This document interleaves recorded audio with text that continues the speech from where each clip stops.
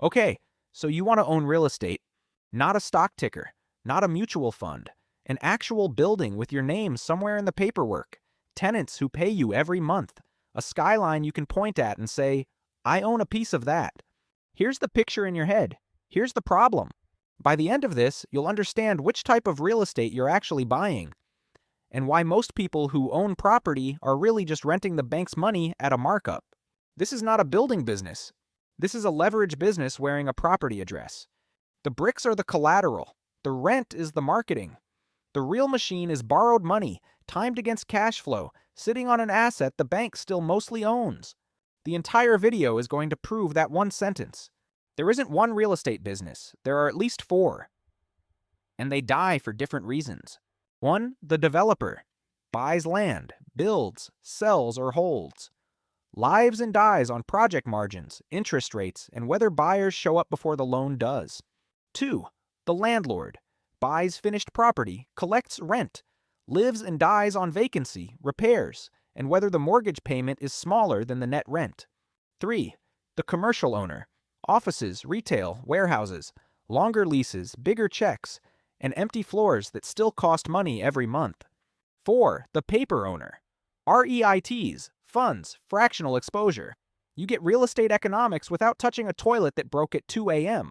Most dreamers picture number 2. Most of the money and most of the corpses sit in number 1 and number 3.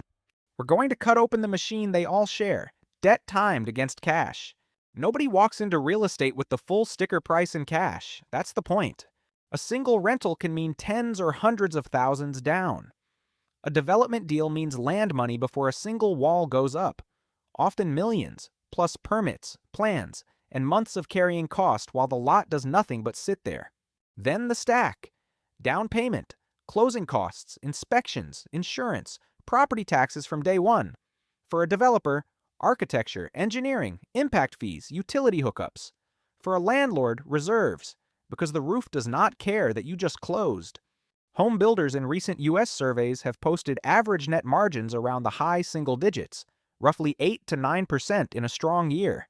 That is not print money. That is survive the spreadsheet. The entry ticket is not the purchase price. The entry ticket is how much of other people's money you can legally attach to an address, and how long you can service it before the property pays you back.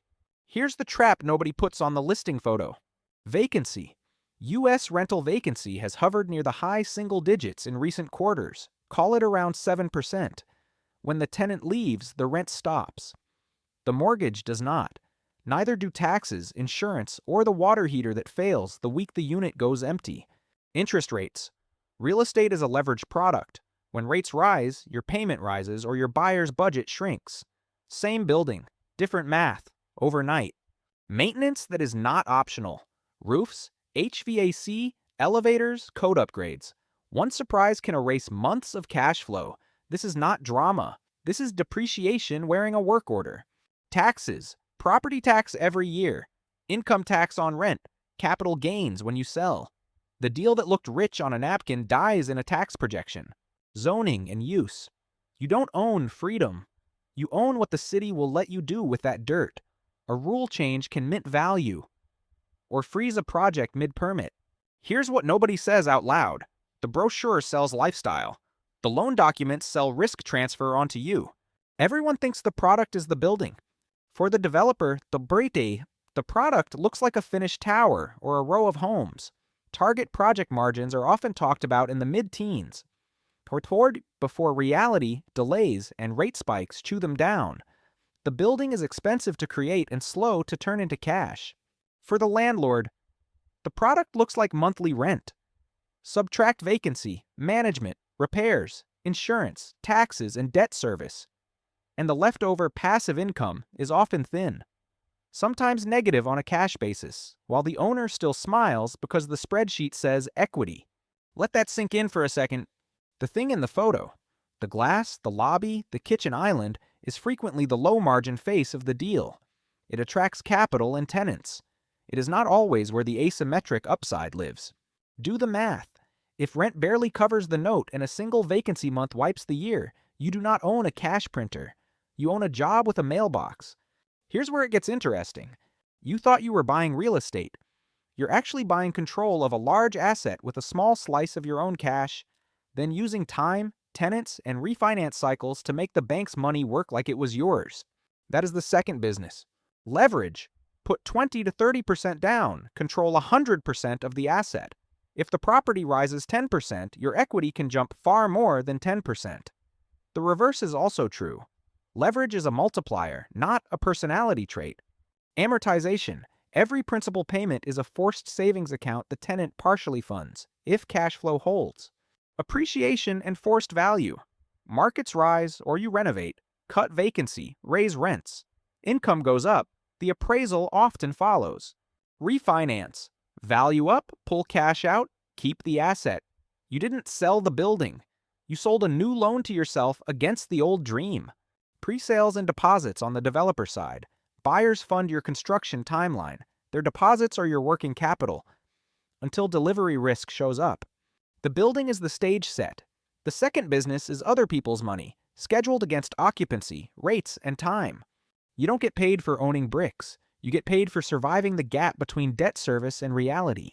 Names, not theories. Evergrande. Once a symbol of endless Chinese property growth. Liabilities reported in the ballpark of $300 billion. Liquidation ordered after restructuring failed. Projects stalled. Home buyers left holding promises instead of keys. The model was simple until it wasn't. Borrow, build, pre-sell, roll into the next tower. When sales slowed and refinancing froze, the flywheel became a wood chipper. What killed it wasn't a missing chandelier. It was leverage stacked on the assumption that the next buyer and the next loan would always arrive on time. Signa, Rene Benko's European property empire. Trophy assets, department stores, a web of holding companies, a fall from a multi-10 billion valuation into insolvency. Holding level debts reported in the billions of euros. Same skeleton, prestige assets, complex debt, cash flow that couldn't outrun the structure when rates and confidence turned. Different continents, same autopsy report. The corpse is never real estate is fake. The corpse is a leverage machine that required perfect timing in an imperfect market. Why do smart people still walk in? Because ownership feels like safety. A building is tangible. You can photograph it. Your brain treats dirt like a shield against chaos, even when the shield is 70% bank-owned. Tenants behave irrationally too. They overpay for a zip code. They stay in broken units. They vanish overnight. Your model assumes rational occupancy. Humans do not file that paperwork. Then the legal layer. Leases, eviction timelines, rent control, disclosure rules, environmental liability, HOA politics. One clause can turn a 30-day problem into a 9-month cash hemorrhage. The psychology sells the dream. The regulation prices the nightmare. Both belong in the model before you wire the deposit. Same asset. 2 years. Watch the second business breathe. Or choke. Good year. Occupancy holds. Rents inch up. Repairs stay routine. Rates stable. Cash on cash in the ballpark many investors chase. High single digits to low double digits if the deal was underwritten honestly. Principal pays down. Appraisal friendly. You refinance or buy the next door. The machine prints optionality. Bad year. One long vacancy. One HVAC replacement. Rates up 200 basis points on a refi you needed. Insurance doubles. A commercial tenant breaks a lease. Suddenly the passive property needs a capital call from your salary. On paper you still own a $1 million asset. In cash, you are the ATM. This is not exaggeration. This is math with a weather forecast. Go back to the picture. Your name in the paperwork, the skyline, the tenant payment hitting on the first of the month. That picture is real. People do get wealthy this way. The ones who last are not collecting bricks. They are underwriting debt, time, vacancy, and human behavior, and treating the building as the collateral that makes the machine legal. Real estate is not the business. Leverage timed against cash flow is the business. The rest is architecture.